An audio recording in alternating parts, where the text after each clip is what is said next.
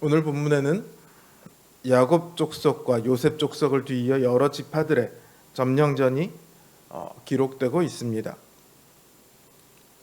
그래도 야곱은요 상당히 많은 땅을 점령했고요, 점령하지 못한 것은 골짜기의 거민들 뿐이었습니다.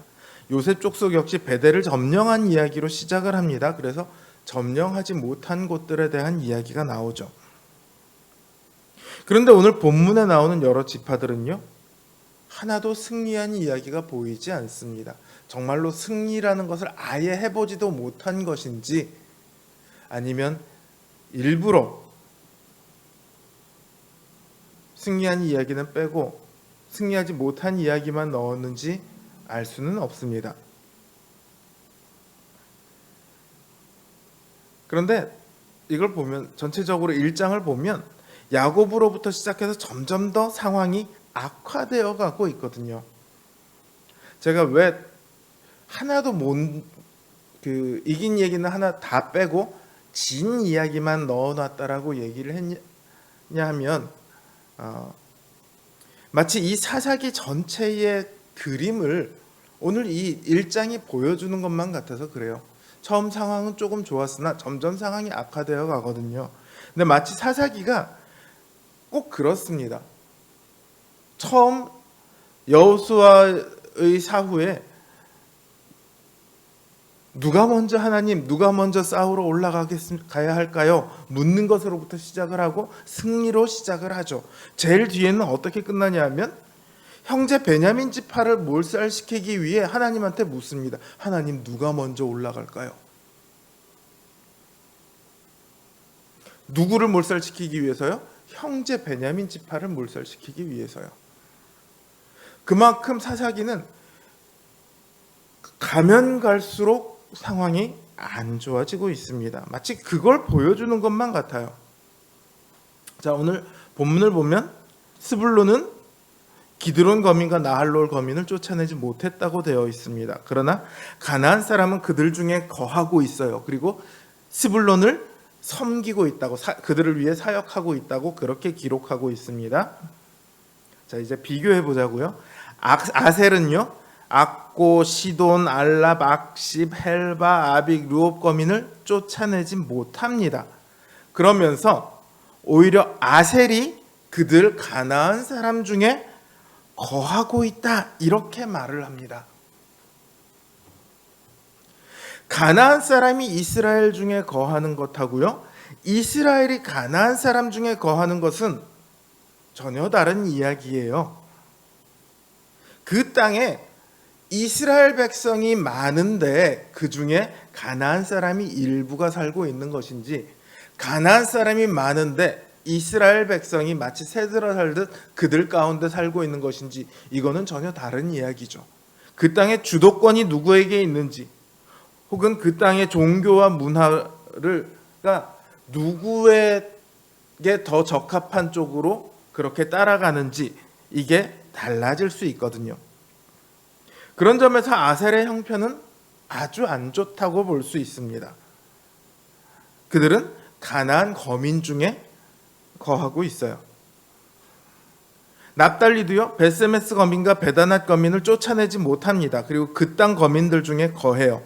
근데 이들은 아셀보다는 조금 나아요. 베세메스와 베다낫 거민들이 이스라엘을 섬기는 위치에 있어요. 그러니까 수적으로는 납달리 지파가 그들보다 좀 작은 것 같아요. 그러나 그 땅의 주도권은 납달리가 쥐고 있는 것 같습니다. 이어서 나오는 단 자손의 모습은요, 아셀의 모습보다도 훨씬 더 형편이 안 좋습니다. 단 자손은 아모리 사람을 쫓아내기는커녕 오히려 쫓겨납니다. 그들이 거주하는 땅을 조금도 차지하지 못해요. 단 지파의 형편은 자기들이 분배받은 땅에도 갈 수 없을 만큼 참담한 형편이 되었습니다. 어떻게 이스라엘 백성이 이렇게 참담한 형편이 되었을까요? 그들이 자신들의 힘으로 싸우려 했기 때문입니다.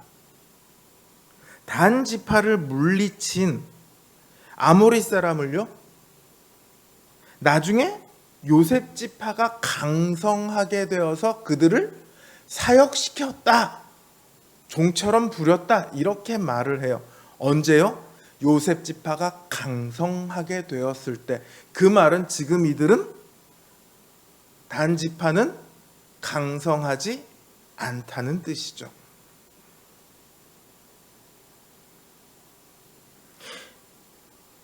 진정한 강대함이란요, 어제 말씀드렸던 것처럼 우리 그 사람들 간의 힘의 크기, 이것과 상관이 없습니다. 세상에 어떠한 강대함이라 할지라도 감히 하나님 앞에서는 전혀 힘을 쓸 수 없죠. 하나님이야말로 모든 강대함의 근원이시고 최고봉이십니다. 그러므로 자신의 힘이 아니라 하나님의 여호와를 신뢰하고 의지할 때에야 진정으로 강대해질 수 있습니다. 그래서 이스라엘 백성은 강대한 백성이에요. 그 수로 따지면 결코 많은 백성들이 아니지만 하나님께서 그들과 함께하기 때문에 그들은 그 요단 동편부터 시작해서 가나안 땅을 다 점령하고 다녔습니다. 그런데 그렇게 강대했던 이스라엘 백성들의 지금의 모습은 전혀 달라졌습니다. 이미 유다와 요셉의 모습에서 보았던 것처럼 그들은 오히려 가나안 족속들을 보며 그들을 강대하다고 생각을 합니다. 자신들이 강대한 자들이다 라는 자신의 정체성을 잊어버렸죠.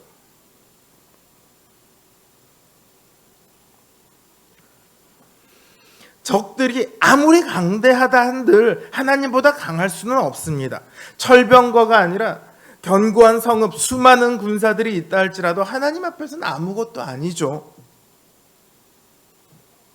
그들은 이미 사실은 경험을 했었거든요. 그럼에도 하나님과 함께하는 이스라엘이야말로 가장 강대한 백성임을 경험했음에도 그렇게 강대한 이스라엘 백성이 오히려 이스라엘을 두려워해야 할 가나안 민족을 두려워합니다.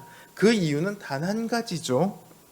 그들의 마음에 하나님에 대한 믿음이 무너졌기 때문입니다. 하나님의 강대하심도 또 자신들이 그 하나님의 언약 백성이라는 사실도 더 이상 그들의 마음속에 자리 잡고 있지 못합니다. 마치 이스라엘 백성이 가나안 족속에 의해서 쫓겨나는 것처럼 그 믿음이 두려움에 의해서 쫓겨나 버렸어요. 믿음을 잃어버린 언약 백성은요, 세상에서 가장 초라한 백성이 됩니다. 왜 그러냐면 애초부터 믿음이 없었다면요, 이스라엘 민족이 가나안 민족에게 감히 덤빌 수 있었을까요? 민수기 13장의 정탐꾼들의 보고가 딱 맞아요. 믿음을 빼고 얘기하면 그들은 대장부 같고 우리는 메뚜기 같아. 우리는 감히 그들에게 덤빌 수 없어. 이게 정확한 얘기죠.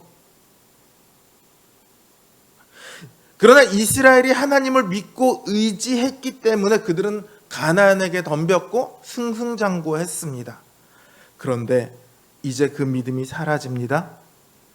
그럼 이스라엘에게 남은 것은 무엇일까요? 강대한 적들만 남습니다. 사실 가나안 민족은 이전이나 지금이나 여전히 강대한 적들입니다.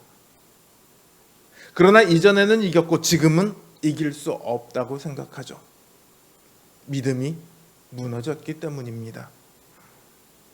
사랑하는 성도 여러분, 믿음이 무너지면 우리는 가장 초라한 사람이 됩니다. 믿음이 무너지면요, 하나님의 모든 언약의 복은 사라지고 하나님의 진노 아래 놓여 신음하게 될 겁니다. 우리가 도대체 뭘 위해서 살아왔나? 자신의 이때까지의 그 모든 신앙생활을 후회하며 살게 될 거예요. 내가 여태까지 교회에 갖다 바친 시간과 교회에 갖다 바친 돈이 얼만데, 그러고 있을 겁니다. 차라리 그 돈으로 투자를 했으면 내가 얼마를 벌었을 텐데, 그 시간을 내가 나 자신의 개발에다가 쏟았으면 내가 지금쯤 훌륭한 회사를 들어가고 훌륭한 회사를 만들고 훌륭한 기술을 개발하고 했을 텐데.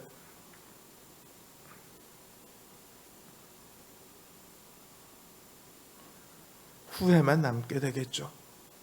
여러분, 믿음을 지키십시오. 아무리 어려워 보이고 두려워할 만한 상황이 눈앞에 닥쳐오더라도요, 이걸 기억하십시오. 우리 하나님이야말로 가장 강대하신 분이십니다. 그리고 우리는 그분의 사랑하는 언약 백성입니다. 하나님께서는 한순간도 우리를 위하지 않는 순간이 없으십니다. 언제나 우리와 함께 하시며 언제나 우리를 위해 일하십니다. 이걸 믿으신다면 모든 순간, 모든 상황에서 늘 담대하게 서실 수 있을 겁니다. 믿음의 강대한 백성으로 굳게 서는 저 여러분 되시길 주님의 이름으로 기원합니다.